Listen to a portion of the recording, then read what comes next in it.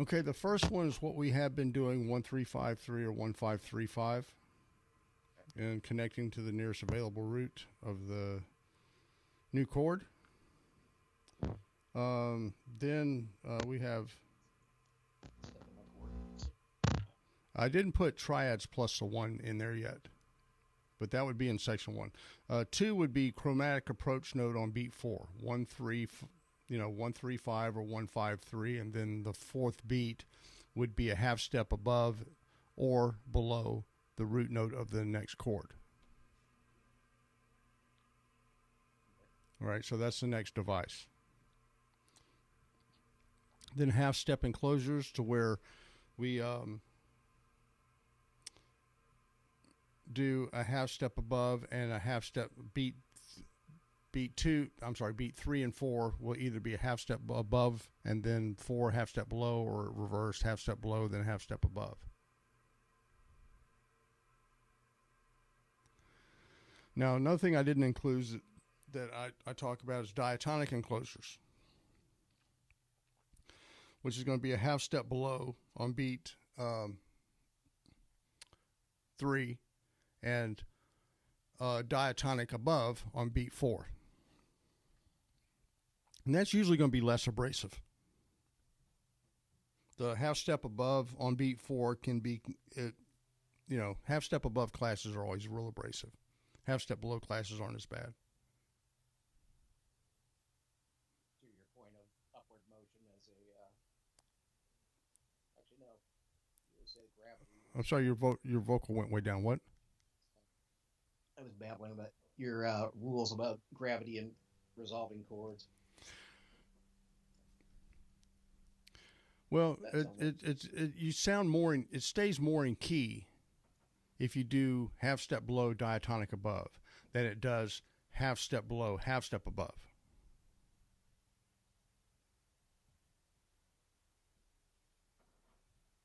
Does that make sense? Because you're playing, well, yeah, because you're, generally speaking, you've got a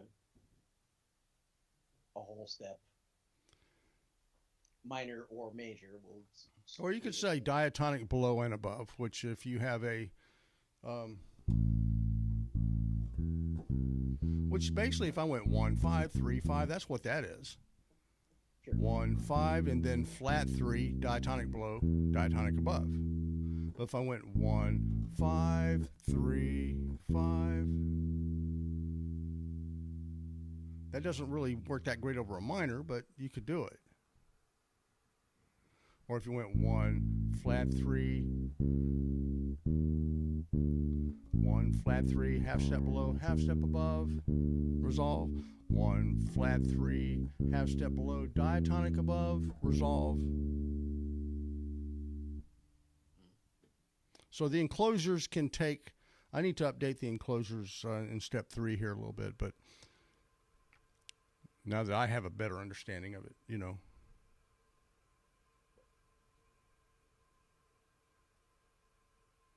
Does that make sense? Yeah. So, man, you can start adding, take this walking baseline formulas and add as much to it as you want. I suggest that you exercise each one individually, just to even though you would never play a line that way, just to exercise it.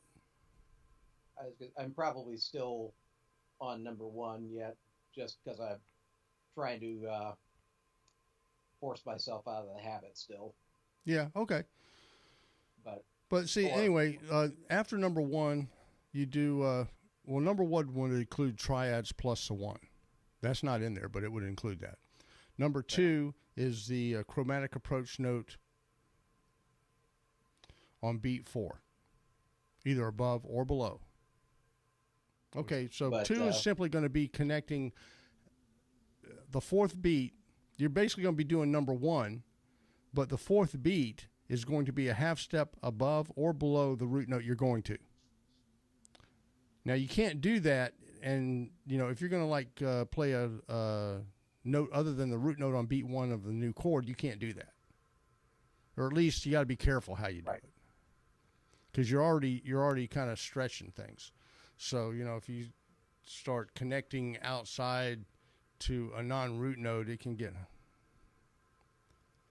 You know, you could very easily start to imply a different chord altogether. So you gotta be careful, you know, because you always got to think about people playing over you and how they're going to react to what they're hearing. And the better the player, the more they're going to react to what you do. They're going to be real. They're going to listen to what you do. So if you go somewhere, man, that might take them somewhere. So you know. Yeah. So if you drive them off a cliff, you're certainly not taking advantage of that half step, that strong. You know, you just you gotta. You know, pick your spots. It's cool to mess around with this stuff, but in the end, we got to think about the people that are driving on this road that we're building. So. Right on. All right. Well, I mean, I can talk more about this if you want. So you let me know what you want to do here in terms of. Keep rolling on it, and I can. Well, the dominant approach note is the note on beat 4 is actually 5 of the new 1 coming up. Okay. So a lot of times, if you do triads plus a 1, or if you do the root note.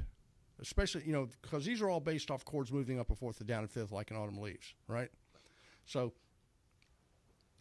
the 1 of the chord that you're in is going to be the dominant approach note of the chord you're going to. So 1, flat 3, 5, 1. That's dominant approach note. You could also say that's triads plus a 1, but that note on beat 4 there is 5 of the D. So that 5 pull to 1 is what you're taking advantage of here. 1, flat 3, 5, 1, 1, 5. I'm sorry, 1, 1, 5, 1, and that'd be D. A lot of times when I do these and I like to call out the note function numbers, I'll say A for approach if it's half step. Or if I'm thinking of it as an approach note. Because a lot of times you just don't have time enough to say all the crap to identify what you're doing. But vocalizing what you're doing and giving it a name helps reinforce the control. So for the dominant approach note, I'll say D, the letter D for dominant approach. Mm-hmm. If I'm doing a regular approach note, usually half step, I'll say A for approach. Because it's just one syllable, and I can say that as I'm playing. Sure. So 1, flat 3, 5, D, 1, 3, 5, D, 1, 5, 3, D, 1, 5, 1, D. Now 1, 5, 1. Now, even though I'm going to F sharp, that's still kind of technically functioning as a dominant approach note. We're getting into functional harmony there, where we're actually kind of looking at how it really works as opposed to what the rule book might say. But really, that's still doing the same thing. It's still pulling you there in some kind of way, Yeah.